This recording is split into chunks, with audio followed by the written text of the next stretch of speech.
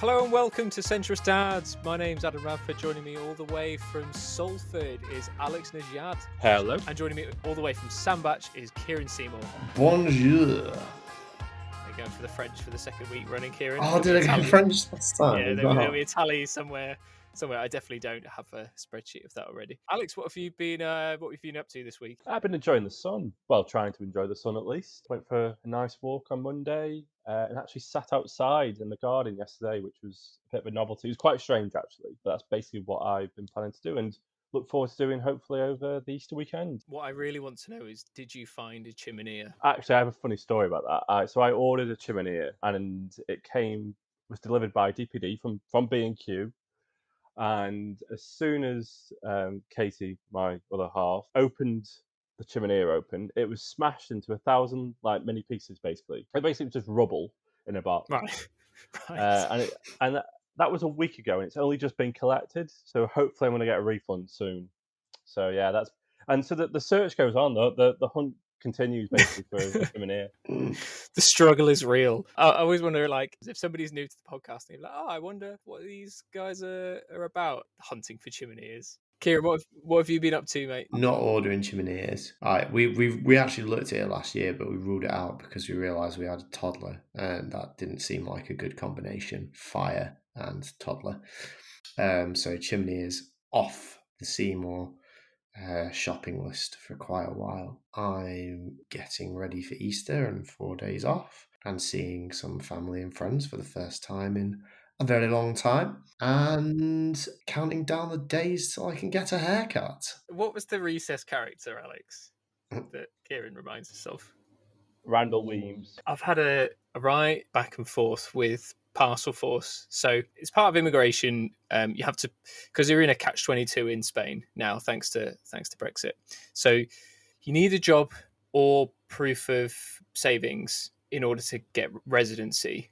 But in order to get a job, you need residency. So there's a nice little catch-22 there. So it's a bit like you need experience to get a job, and you need a job to get experience. Exactly.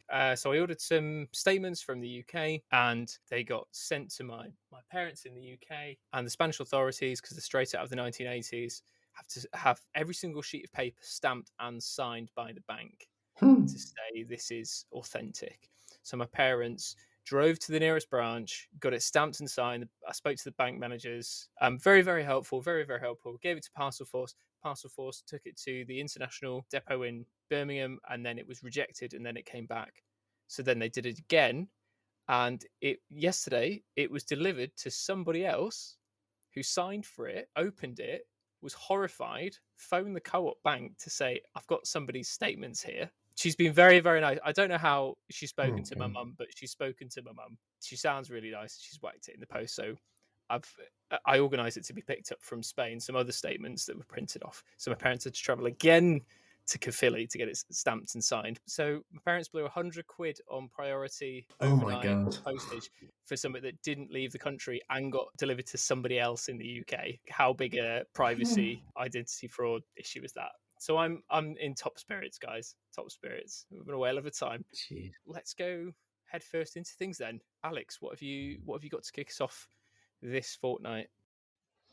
Yeah, so I've just been reflecting mainly on the debate around patriotism and flags and aggressively having our flags waving and global Britain and world beating Britain, whether it exists or not, and what exactly is it? What is bringing about, frankly, what is this newfound jingoism? Has it always been there? And where does it stem from? You know, you look at it and it's like the BBC's criticised for making little comments at ministers who have too many flags in their offices or in their studies or what have you. Like Matt Hancock has a great GB flag with the Queen on it in his office. It's hideous. And I think the flag has the Queen on it. Yeah, I think it's like a clock or something. I don't know, Kieran. I don't know if you know it. I'll find it and send it over. And you look at Robert Jenrick. He was sort of teased a little bit by BBC Breakfast. Was it last week? Mm-hmm. And then you've got the member of Parliament who was asking questions at a select committee saying, why doesn't BBC document have the GB flag on every single page? What's wrong with you, kind of thing? And Keir Starmer as well, he's been embracing the flag as well and having a bigger flag than his Tory counterparts. So that's what I've been wondering, where does it come from? And I think you've got to always look to history for your answers sometimes. And you look at the Suez crisis of the mid to late 50s and the fall of Anthony Eden and our misplaced standing in the world. You look at how we were perceived in the mindset of the Second World War. We were on the victorious side with the Allies. We had the Empire up until the late 40s. We go into the 50s, a new decade, and we've lost our empire. We've lost our standing in the world potentially because we're not this great empire that owns half the world anymore. And for the context of the Suez crisis, President Nasser of Egypt wanted to nationalise the Suez Canal. The British media, as they would do in many different situations, rally up behind the Prime Minister and say that this is a great patriotic thing to do, go in and get our canal back. It was obviously ourselves and the French. Mm-hmm. And Eden compared Nasser to Hitler and Mussolini. He was no better than any of them. Hugh Gateskill, the then Labour leader, he backed Eden as well, like, mirroring of events elsewhere. He was backing the government sensibly, doing the patriotic thing. President Eisenhower of the United States did not back the UK. And what happened eventually was that the British forces were driven away from the Suez Canal, and the Suez crisis ensued, and saw the fall of Eden, which saw the rise of Harold Macmillan, and the formation of the special relationship. We had to go with America next time. Every step that they take, we have to take that because they didn't back us in the Suez crisis. And that was like a great folly as well for the UK. And you look at Falklands War, the folly of Iraq, Brexit, and now the COVID pandemic. All of these things are sort of rooted in, I think, the Suez crisis, that loss of identity. The Falklands War, great rally to patriotism. Blair believing he had to do what was right and was vehement in his pressing ahead with this war. Brexit as well. What that was all about, our place in the world. We could go it alone. We didn't need the European bloc anymore. To me, it looks like Britain's place in the world is just confused. It doesn't really know where it is. And British exceptionalism is what we could call it. It thinks it knows better. It thinks it is the superior actor in the world. Last year, when the pandemic was kicking off in February 2020, Boris Johnson said we need to be sensible and be the standard bearer of keeping calm and carrying on. And this was just all big hysteria. So that's where I think its roots are in. That's where it lies. I was just wondering what you think of the flag patriotism at the moment. Culture war, isn't it? That's what it's about. It's the Tory party capitalising on this patriotism seen as something that is favoured by conservative voters or more right-wing minded people, and has really kind of rocketed in the last few years, partly fueled by them doing it, I think, because I feel like they think they're onto a bit of a winner, in the sense that it's 2021 and you have to have an opinion on everything. Mm. That opinion is, black or white. There's no centrism. Yeah. And it's either you're a woke lefty socialist or you're a right-wing fascist, they're the extremes. Obviously, I'm not saying if you like the flag, you're a fascist. That's ridiculous. Tory party and the right-wing press have kind of capitalised on this as a result of Brexit, I think, which really kind of stoked the fire and acted as a catalyst to all this stuff with social media as well. Some of the stuff is just ridiculous. The BBC report that came out, which is a report of hundreds of pages, which they have to do every year because obviously they have to evidence what they're doing with public money and stuff. It got criticised not for the the content or the type of programming that they've been doing or anything like that. No. There were no Union Jack flags in the whole report. What a disgrace! Is that the stage we're at with politics? Is that where we are? The same week when our Prime Minister's been found to have had an affair for 4 years with someone that received public money, thousands of pounds worth of public money in favours when he was London mayor. But no, flags are more important, apparently. There are obviously the polar ends of it, but the majority of people in the UK, time and time again, in polls, will say that they feel proud to be British and they don't have negative connotations with the flag. So the government, by saying, well, they have to be flown on all public buildings. People who think that's a terrible idea, we're probably not going to vote for the Conservatives anyway, who will wheel out the quote, patriotism being the virtue of the vicious, which is plastered over the internet every time anything vaguely patriotic comes out, won't vote for the Tories anyway. But if the Tories can cement themselves as the patriotic party, if you're proud to be British, this is the party that you vote for. We're not ashamed of our flag, and they really go down that route, then I think it's a very sensible strategy, because not only do I think it'll be popular, but I also think then it keeps us off the more prescient issues of the day, such as the money that Boris Johnson handed over, and the opportunities to attend high-end business events for his mistress. 4 years doesn't scream accountability, doesn't scream trustworthy when you've had 37 billion gone to test and trace. It's far easier to keep us talking about flags, and to wheel out a policy that isn't going to turn people away. It's fair. It's not really contentious. It's certainly contentious on the internet, because it's very polarized on the internet, and people with the loudest voices will go on there. But I think in the country as a whole, it's like, okay, like whenever I speak to my parents and when I spoke to them about it, it's like, well, yeah, like, okay, fine, but it's not really addressing anything. But we don't think it's a sign of fascism or anything like that. I think by going down this route as well, it makes it a challenge for the Labour Party, because there is more of a feeling of the flag represents something negative within the Labour Party than there is within the general public, I would say, amongst the membership. I heard some people on the radio.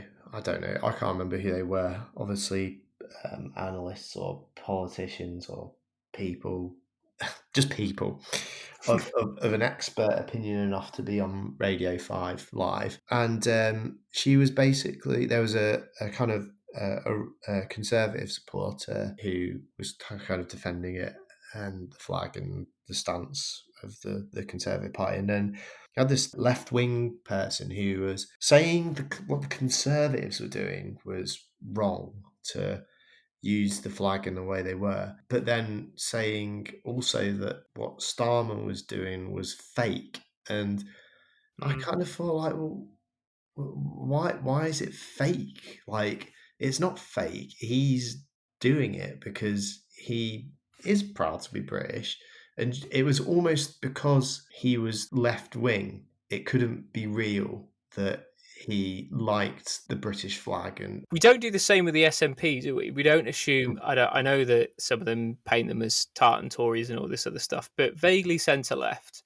We don't paint them as being fake patriots when they wheel out the flag. The narrative is not just being taken by those to the further of the right of the Conservatism, thinking like the thugs in the UDL and so on, and people within like UKIP and the Brexit, Reform UK or whatever. It's being reinforced by people on the left saying, yes, the flag is a symbol of all those nasty right-wing things, and the majority of the public aren't buying it. So of those two sort of polarized voices, the side which says the flag is something negative and it's disingenuous are louder within the Labour Party. And if that influences Labour's approach, then I think, as we're going to talk about sort of Hartlepool, I think it's going to damage Labour's chances in some of those seats, certainly outside of like the metropolitan bubbles, where people are proud to be British. I think it's a fairly much a non-issue, and I don't know who on earth the people are on either side of the spectrum to claim the flag is theirs and they can say what it's about. Just to reinforce Kieran's point, it is just a useful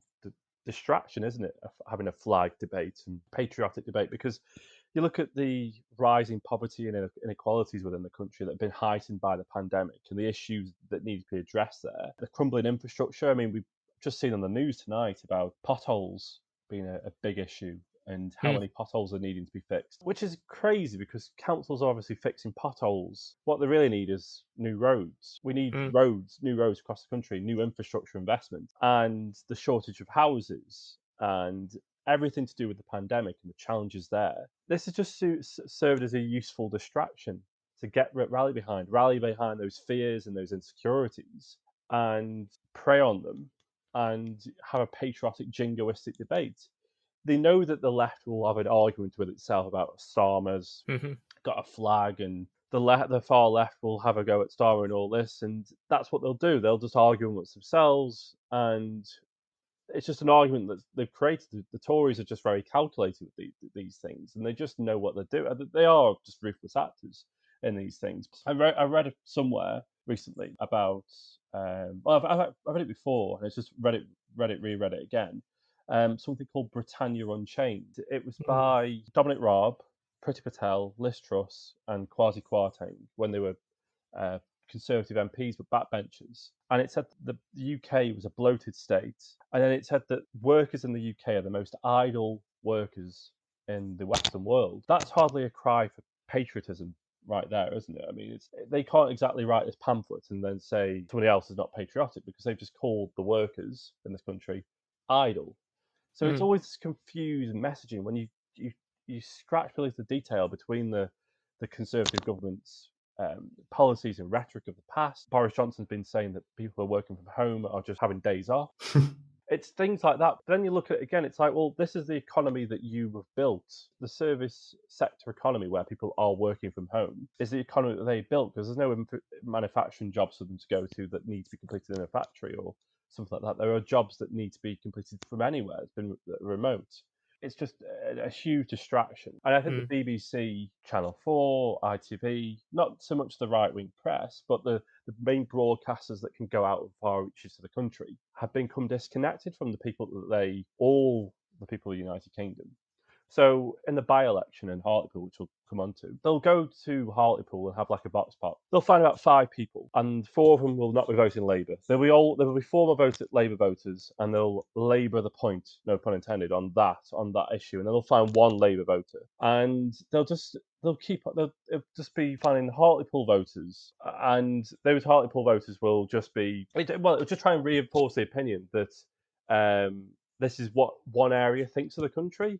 And I think it's just that sort of like that disconnect that comes from London journalists who are obviously travelling up from London in the day, going to these places within the regions, in the north, for example, and then coming back down to the south. And it just feels like there's a huge disconnect there, really. And that resentment is then brought up and is stoked because people then feel that they're not being represented, their views aren't being represented on national news, it's just very London-centric. And I think that really creates the sort of like, well, we need to be insular. Saw something this week that was very, very good at describing this government, which was they're a bit like the toxic boyfriend. Whatever happens, it's twisted and you're kind of forced to think that what you're doing or thinking is wrong, and somehow you're letting down the rest of the country you're letting down the country for doing that. So a good example is COVID. What are we on now? Over 125,000 dead, I think. 127,000, I think. Worst in Europe, I think, still. One of the worst in the world, whatever. Anytime that gets brought up, you just get told, the vaccine rollout's going amazing. How dare you criticise the NHS? How dare you criticise the nurses in this country? Basically, that's the rhetoric, that not in those words, but that's how you're made to feel, is you can't criticise the death toll because you're criticising the NHS. So I can't think of any other government that has behaved like this, not even a Conservative government. Trump. Yeah. It's from the Trump playbook, isn't it? And when you compare Johnson to Trump, he's like Trump light, but I don't know if he is Trump light because it is, if anything, it's kind of worse because it's a bit more subtle. There are a lot of similarities though there, Kieran. Look at the places that the Johnson government won in December 2019. The fact that he had a mistress as well for all these years, a previous mistress, albeit, but the fact he gave her £125,000 in public money when he was like London mayor, and he was keeping it all hush hush. And it is really from the Trump playbook, and it's shameful, really, that I don't like to say this, but our mainstream media, if you will, in the airwaves of television, aren't reporting on it at all. Yeah. There isn't enough scrutiny, really, of this government and what they do. I feel that their opinions are so accepted. Whatever they do is just so very accepted. And one thing I just wanted to touch upon, it might not be connected at all, but I don't think I've ever mentioned this before, but when David Cameron and George Osborne in the financial crisis of 2008, 2009 said, this is all Labour's fault, they bankrupted the country, they crashed the keys of the car whilst the petrol was still full or something like this, and didn't fix the roof when the sun was shining. There wasn't enough scrutiny. The media fell into it and just fell for it. And despite what every major economist said, despite what the IMF said, despite what huge areas of public opinion in terms of academia said about the financial crisis and where it came from, it was a subprime market in the United States which caused it. There wasn't that scrutiny there. You look at when Cameron came to power in about 2011, the BBC were calling him a moderniser. Yet, what was he doing that was modernising about Britain? He was a turbocharged Thatcherite, implementing one of the most radical right-wing economic programs that this country's ever seen. More right-wing than Thatcher, but yet their opinions have become so accepted in the media that when they say that the people are idle, and whenever all the mismanagement and all the deeds that they've done, it doesn't seem to shift public opinion. The media doesn't seem to, the BBC, I should say, doesn't really seem to criticise them too much. And I know it's about impartiality and everything like that, but it gets to the point where there have been times where they haven't been impartial. The fact that they called him David Cameron a moderniser, for example, and yet he's been caught up in a cash for honours scandal.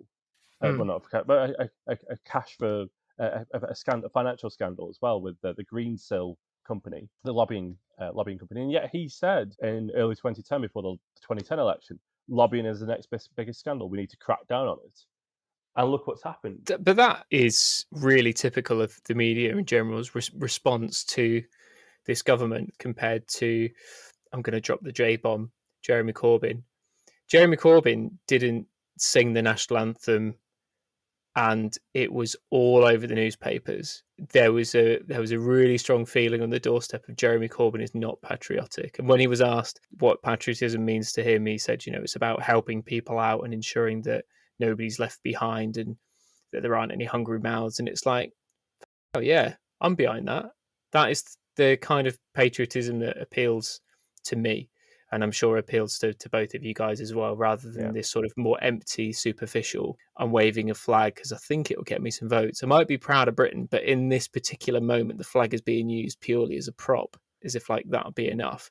But anyway, so Corbyn was plastered over the newspapers. Okay, political gaffe, but it pales in comparison to pretty much anything that the government has done in the last few weeks, whether it's this policing bill that could take away the right to assembly, whether it's the failure of the government to really do anything to the Met Police in response to that massive overkill response to a vigil that we spoke about before, whether it's to do with Johnson giving over £125,000 to his mistress of 4 years, whether it's £37 billion to track and trace. There's been nothing. And yet they were very happy to print days of Corbyn not singing the national anthem.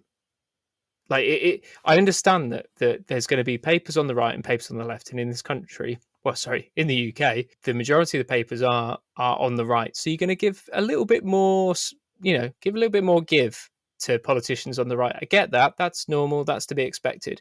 But it's now a level where it's so disproportionate where you're not holding them to account. And that is one of the key roles of the press, is that it stops bad government decisions from repeating, and it doesn't cover them up effectively by not publishing them and not holding the government to account. Because if people are relying on you for their source of information and you're not providing really important news, such as £37 billion of track and trace, for example, then you are sort of covering it up, really, aren't you? If none of you are doing it. And it's just, I feel like the same is going to be done with this flag debate. I think the papers will very happily keep it about flags. They'll wheel out any sort of left-wing academics who says that the flags represent empire and shame and all this other stuff. They'll wheel them out and say this is, what the left thinks. They hate Britain, kind of thing. And all this came out of, at least in the last week, was the government guidelines on how flags should be flown from all public buildings, and that there's an order that you have the UK and then a national flag and then a county flag, which is what happens anyway.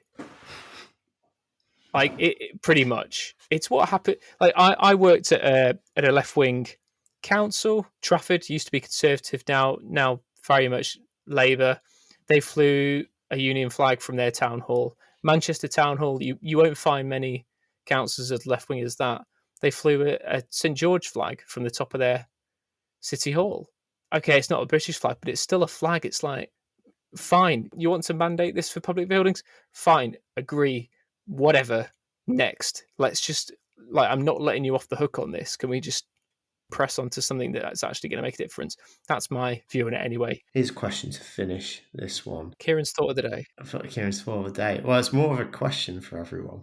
What one thing for you defines, or would you not defines? What would you like British patriotism to mean? I've thought of mine already, so I'll go while you guys think.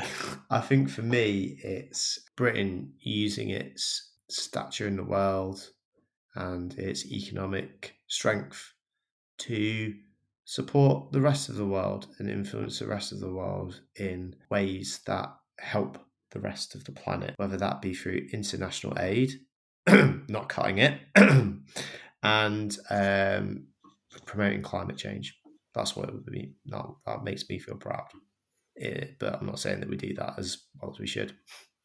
That it is widely viewed as a country which has reinvented itself and is outward looking and is a leader in science and is brokering peace deals, offers the neutral ground for two warring factions or two warring countries to sit around a table and make peace, that it sends peacekeepers rather than declaring bilaterally with the United States, for example, to invade somewhere or whatever. That we adhere to international law and we uphold international law and we promote international law. Before Alex goes, I don't know if you know this, Adam, but the science budget's basically been slashed in half.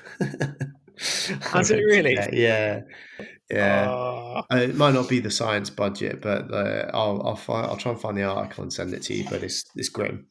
Anyway. So one of the few things, and I think he's a loathsome individual. But Dominic Cummings said that one of his requirements, all gone, was it? Yeah, but one of his requirements for joining Johnson's team was that the science budget would be doubled. No, yeah, they've gone the opposite way since. When I saw the footage of him saying this, I was like, bloody hell! I don't hate this. I hate you, but can't hate that idea. You're not as contemptible in this one facet of your views as I thought you might be. Yeah. So I think patriotism actually isn't obviously too dissimilar to what you've already said. I can only reinforce what you've just said. It's also what Jeremy Corbyn said as well. I do believe that patriotism is making sure that you have a country giving that flag meaning and making sure that it has the right values, doesn't have homelessness, no one goes hungry, whether that be adult, child, no matter what, and no one is really left behind, and having a strong health service which is properly funded, and also one that can transporting those values abroad, not through attacking someone or attacking another country, but supporting that country such as Yemen and making that flag mean something, stand for something, not just some empty slogan, some empty soundbite that just floats in the wind. That's what I think. Nice. Love it. Love it. We shall move on to Hartlepool, Kieran. There is a fight and a seat up for grabs in a by-election. Yes, there is. So Hartlepool, North East England, nice place. Been there myself to see Hartlepool FC. See Oxford take on them many years ago. The by-election there because the former Labour MP is embroiled in some nasty criminal stuff and basically pushed from the seat, and probably rightly so if those allegations are true. And so now we've got a by-election, and it's a really interesting seat because obviously it is Labour at the moment, has been, but it's one of those Brexit voting areas that Labour clung on to, not clung on to, but a lot less comfortable than it normally would be in the election, 2019 election.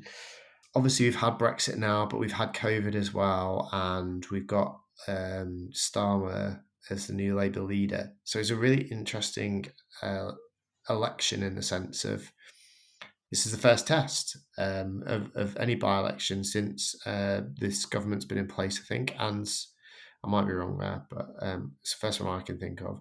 But it's the first one with Starmer in as well. So it's interesting, and the polls are showing that Labour are only about 3 points ahead. The last one I saw, I think, which is crazy when you think it's Hartlepool. I think that Labour will probably hold it, but it's interesting. It's an interesting test to. I don't feel like people know who Starmer is yet, really. Like a lot of everyone. I don't think people know who he is, and there's not really any policies yet that have really come out. There's not really the Starmer Labour vision it really hasn't been unveiled. I'm intrigued, and Starmer's got 4 years. That's my view on it. He's got 4 years. Let him do his thing for the first 2 years, whether that's just sorting out the party within itself, whether that's just gauging the playing field and seeing what everything's about. I'm quite happy with that. It's a 4-year project, but I think if this goes tight or somehow the Conservatives end up winning, we will be hearing a lot, particularly from the Corbynite side of the Labour Party, about whether Starmer should remain in charge. That's kind of the background to it, explains quite vaguely and poorly by myself. But hopefully my views on it were a bit more clear. So yeah, over to you guys. Labour's candidate, Paul Williams, is a doctor. He was MP for Stockton South for 2 years, from 2017 to 2019. Decent voting record.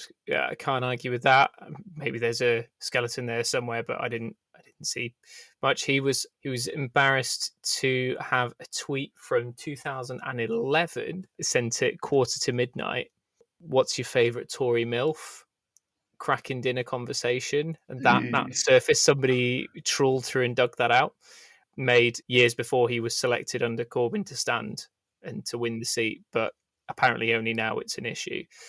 So a by-election's always good for everyone and their dog to go in. So we've got Northern Independents, Reform UK, obviously the Tories, Women's Equality Party, the North East Party, and the SDP as well. So there's a lot of people there, and in terms of sort of like the centre left to left, you've got there SDP, the North East, Women's Equality, Northern Independents, and Labour.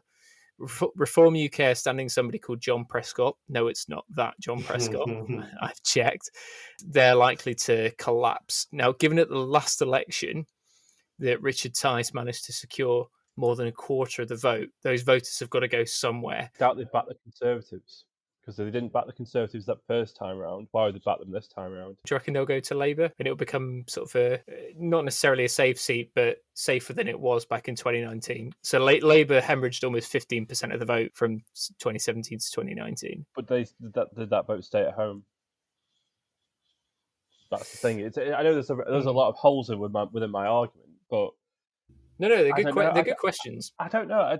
I just think that the Brexit Party, if you couldn't bring yourself to vote for the Conservative Party in 2019 after everything that's gone on since, can you back them again? Could you back them this time round? What would be when you look locally at the borough council?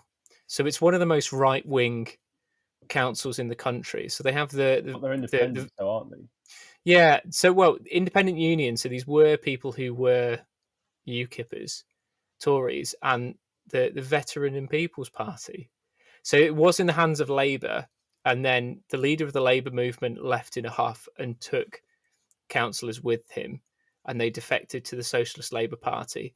That meant Labour no longer held the council, and it enabled one of the most right wing councils in the country to come to force. But obviously they've been voted in by people, albeit on lower turnouts than we'd expect to see. But by-elections tend to have lower turnouts anyway.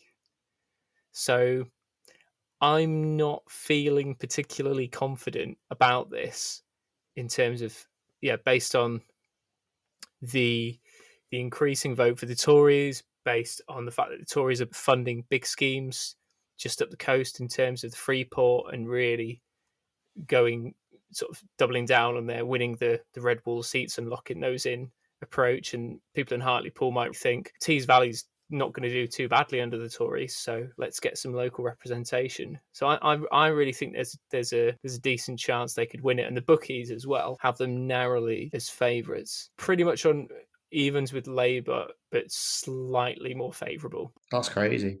It's a tricky one, isn't it? Because it's hard to sort of like, when you think about it, it's hard to think how has this happened after over will be 11 years by then, 11 years of Tory government, a huge austerity, the pandemic, the handling of the pandemic. There's a vaccine bounce, but you've got to look at when the governing party and when the Conservative Party have taken a seat from Labour, they've been under there's been strange circumstances, and is this a strange circumstance? So you've got the Falklands War is when they won the Mitcham and Morden by-election in 1982, and the Copeland by-election in February 2017. Jeremy Corbyn was a far more unpopular Labour leader than Keir Starmer in the polls. Labour were around about 16% behind the Tories in the polls as well, and they only just narrowly lost that. Well, they lost it by about 2,500 votes. But it would take a lot, I feel, that for them to win this by-election. I'm not saying it won't happen. I'm not saying it. Clearly, Labour have got a fight on their hands. It doesn't help that they're fairly new and more multiple progressive parties standing, such as the Northern Independence Party, the North East Party, as well. And by the way, those candidates are all former Labour MPs as well. So there's 3 former Labour MPs standing in this election. Yeah. Hilton Dawson used to be the MP for Lancaster. Certainly when Kieran was at university, that was his MP. And Thelma Walker was a Labour MP up until 2019. So it is a tricky fight, but I would just caveat there are several external factors. I suppose it's really still unclear at the moment how big that Tory lead is going to be with the vaccine bounce. Yeah, the polls have been so volatile, haven't they? Like, there was one about 3 or 4 weeks ago that suddenly had the Tories this is nationally, 8 or 9 points ahead, and then one a couple of weeks later, and it was like a 15% swing, and Labour and Tories were neck and neck. It's just insane at the moment, and it's not a great time to have a by-election. Well, maybe it is a great time to have a by-election in that sense, because you don't know what the hell's going to happen. Yeah. But there are national elections, aren't there, across the... Yeah, that's true, in May, yeah. That's true, yeah. Scotland, Wales, and then we've got English local elections. It's the closest thing we get to a general election. The closest thing we'll get to a general election this set. And I reckon, almost regardless of the outcome, those further on the left within the party will say, this is terrible for Keir Starmer. If he gains seats, he should have done better. And if he loses seats, like Corbyn did, 3 out of the 4 or 4 out of the 5? How many local council elections was he leader?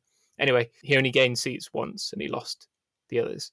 But if Starmer loses seats, people will be calling for his head. But there'd be people who are calling for his head at the moment anyway, and they're becoming an increasingly irrelevant wing of the party. Do you think there's a chance that Hartlepool people who voted for Brexit, who may have voted Conservative last time but now Brexit's happened, or voted for Reform UK in its reformed name, do you think there's a chance that those people now go, well, Brexit's happened now, hasn't it? So if that was what was important to them, will they bother going out and voting again in a by-election and with COVID restrictions still going? I think it certainly takes the rug out from underneath Reform UK, because as the Brexit Party, they had a really clear mission. They haven't really communicated what their clear vision of the UK is. Anti-lockdown. They're anti-lockdown. Anti-lockdown. Oh, are they? Right. I feel like that's kind of a theme or an issue for any party that's not in government at the moment. COVID's just completely dominated since the last general election. There's been no time or space to talk about other issues in the way that you normally would. That's really difficult because you can't just do it and ignore COVID, because you'd obviously, rightly probably so, get told, hang on a minute, we're in the middle of a pandemic here, you should be focusing on this, not setting out a vision for 3 years' time. So it's a very difficult time for opposition parties to not just Labour, any opposition party, to really get airtime on stuff. And that, I wonder if that's a factor as well in this why it might be so close. I don't know. I'm intrigued. It's another reminder for me that our electoral system is fundamentally broken. Because if we had a system where you could rank candidates, for example, or you had single transferable vote, I wouldn't be worried. I don't think the voters in general in Hartlepool are right wing, but obviously under first past the post, you don't need to get the majority of the voters to back you. And I'm worried that there's going to be small chippings away by various smaller parties. Like I really like Thelma Walker. She was a teacher for over 30 years. I liked her voting record. I think it's a bit bizarre that now she's backed a party that wants to declare independence and says that it doesn't recognise that they're English, that they're Northumbrian. I think I would understand her jumping ship to a socialist party or to a left wing party, but one which is at its foundation about establishing a separate country seems like a complete deviation. You know, where were these separatist mutterings before when she was MP under Corbyn? It's really weird. You know, I think they'll get like 500 seats. I think they'll be fairly irrelevant. I think North East Party the same. I think Women's Equality Party the same. They've got a good candidate who said she'll stand down if Labour agree to enact some of the policies. I think that's a really interesting idea, and perhaps. So I came to a bit of a revelation over the last week or so that and it's not something that I want to happen myself, but it's kind of how I think it is going. That basically, I can't see us having a government that isn't conservative unless the other parties seriously form a coalition going into a general election. And obviously it's Labour you're looking to drive this. I think, Adam, you've mentioned this before in a previous episode, but genuinely think it's the only way it's going to happen is if you not like in the 2019 election where it was just some seats. I'm talking about every single seat in the country is basically, you know, okay, Brighton going to go green for their one seat, fine, let they go green there.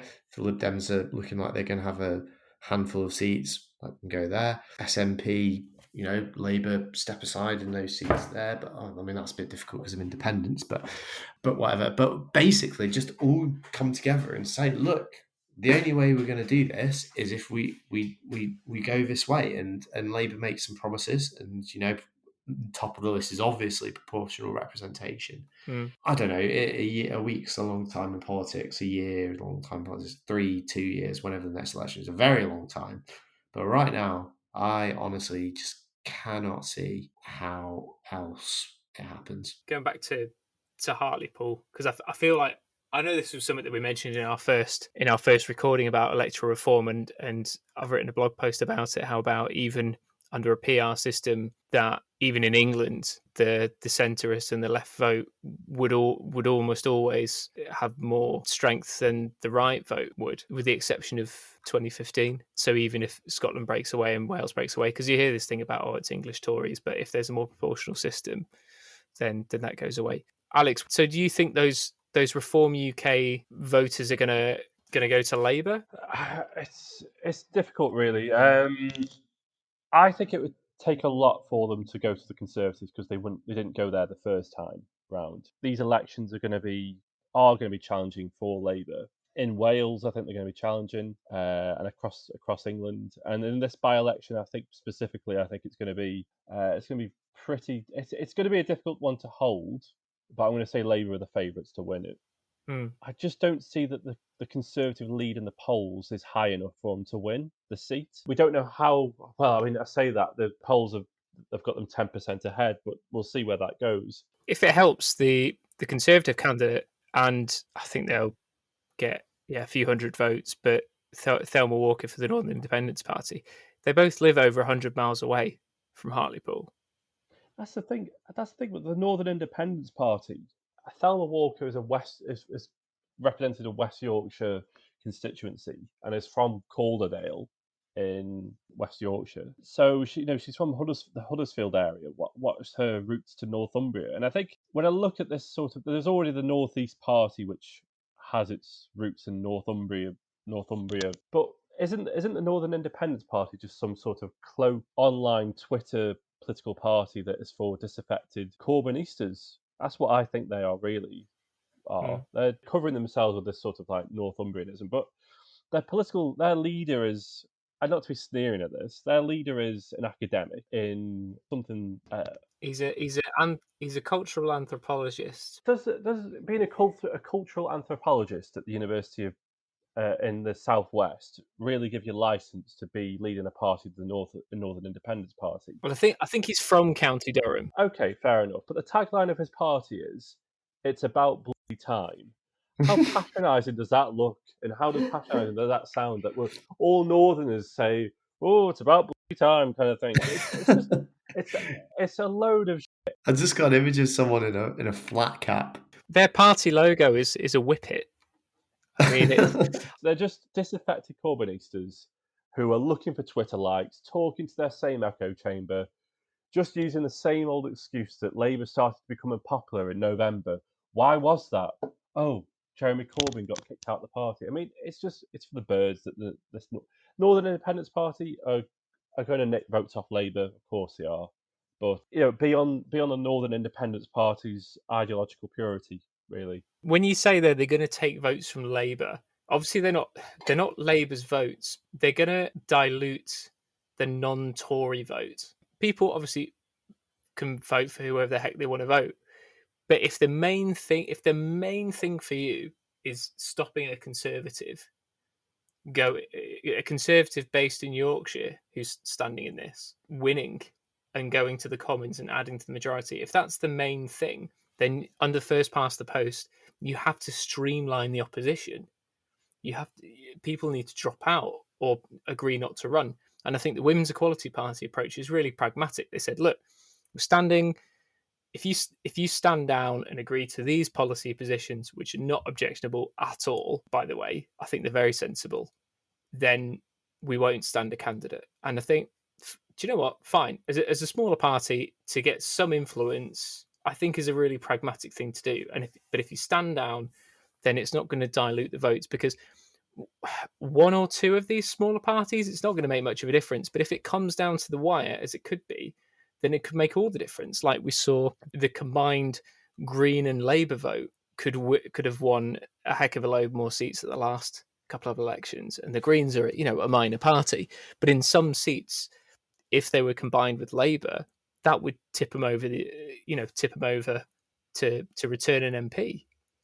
And I feel like, because there's sort of quite a few minor parties where I think they'll get a few hundred votes, but collectively that could be enough to really eat away. You add that with a lower turnout, you add that with pork barrels being pushed all down Tees Valley by the Tories and the Freeports and all these other things. It's really coming down to the wire, I think, in terms of whether or not Labour are going to win it. It's my take on it anyway. Obviously, I sincerely hope they do. I think, they've got a strong candidate. The Tory MILFs quote is from 2011, and if your main thing is a tweet that somebody sent at midnight 10 years ago, that nobody was kicking off when he was selected under Corbyn to stand. And suddenly now people are kicking off about Tory MILFs tweet. I mean, get over yourselves. He's apologised for it. What more do you want? Do you want this to end his career? A single tweet? Where does that stand into politicians doing other silly things like, I don't know, appearing for Press TV, for example? Like, I really think that it's a bit like the newspapers. Like, I understand people that don't like Starmer are going to give people under Starmer a bit more of a rough time. I get that. But where it gets to such a disproportionate level, you think you've lost all proportion. And people are more interested in ideological tail chasing than what is pragmatic under first past the post, which is the approach the Women's Equality Party is taking, which is, we won't stand if you agree to these things, and they're not being unreasonable. Yeah. No, that's a good point. I can't really think of much else to say. Do you know what? It is difficult to kind of put a kind of argument together for Labour in terms of policy. Like, I don't really know what they stand for in terms of policies at the moment. Yeah, I've not really, like I say, I think he's holding off because of COVID and it not being the right time, but he's going to need to do something soon. He really is. The Labour Party's got a really rigid process in terms of proposing and approving of new policies. So the leader can't just plug them out of thin air. So he's got to go through that process and go through the members, and that'll take time. But you're right. People are going to want to know, because if you want to shake yourself off from whatever brand of Labour was under Corbyn, then you need to clearly show that through policies. He needs the outcome of those. And I guess it says something for Labour. Labour needs to reform, embrace technology to speed up some of these processes, perhaps speed up some of these votes. Why can't people vote online or by post? You know, if there are some really key policy decisions to be made to help launch a new leader, you know, the next leader after Starmer, let's get these things right so that you can hit the ground running, because otherwise the same thing's going to happen. Meanwhile, you're up against a very slick, ruthless Conservative Party machine that is very good at winning elections, has a sympathetic press that will do your PR for you. It's a no-brainer. Like, Labour have to use every single tool they've got in the toolbox and to sharpen them as best they can. Because at the moment we're using blunt instruments to do something really, really quite difficult, which is to convince people that the narrative that they've been fed is fundamentally a false one and a misleading one. And so I think, given those constraints, I suspect the campaign is going to be driven largely by local issues, largely by the fact that Paul Williams is a GP who oversees 37 GP practices. That does seem to be their one kind of thing they're really going to go with, doesn't it, for this by-election is, look, COVID's happened, here's an upstanding GP. Who's been treating people during COVID. Yeah. Alex, any parting thoughts? Yeah, I just wanted to just say, I think for me, we might not know for another month. We probably won't know for another month, obviously, end of April, start of May, really, how big the vaccine bounce and the poll, is it going to be consistently large? And that's when we're going to find a roundabout guess of how many seats Labour expect to gain or lose, or how many seats the Tories, how well the Tories expect to do. And I'm afraid we're not going to, we don't know where those Brexit Party votes are going to go to in Hartlepool. So I'm going to ask you to come off the fence and call the Hartlepool election. Who's going to win it? You can't say, I don't know, because obviously none of us know. You have to pick a side, have to pick a horse. Kieran, who wins it? The centrist dads. No, I'll go Labour. Alex? Yeah, Labour, narrowly. Yeah, I'm with you, to be honest. So it's a win for the Tories. Yeah, but I can see it though, can't you? You turn on news, turn on BBC News 24, and it's like Tories poised to win Hartlepool. And we've all done this, where we've watched election night footage, and there's people counting ballots in a leisure centre, and there's this sense of just dread. And I've got friends who some of my best friends are Tories, but I've got friends who are Conservatives who don't get this. It's not the same live or die kind of mentality that those of us who are or were or whatever Labour supporters, voters, members have. It's not so much of a big deal, really, for Tory voters. Like, it's important, but it's not this sort of existential threat. Whereas when I'm watching people counter ballots and it says, like, Jeremy Corbyn set to lose X many seats, I really did think, hell, like, you've got to be kidding me. Like, I didn't like him either, but look at the policies. Come on, and look at who's standing up against him. Like, he's a clown. And there's this sense of like, oh my God, what direction is this country going in? Which is a very dad's thing to say, isn't it? But I just think it's such a shame that this alternative is becoming weakened and diluted. And I really don't know. I think it's easy job to be a Tory strategist at the moment. Easy job. Anyway, we shall end it there to cease my rambling. So we've been and will continue to be centrist dads. So it's goodbye from me all the way in the European Union. It's goodbye from Kieran in Sandbach. Adios. Oh, you struggled with that one, didn't you, Kieran? Do you want to have another go? I was gonna go French again, but I was like, no, do something different. You're gonna go French, and then you bottled it. And it's goodbye from Alex Negad in Salford. Buenas noches.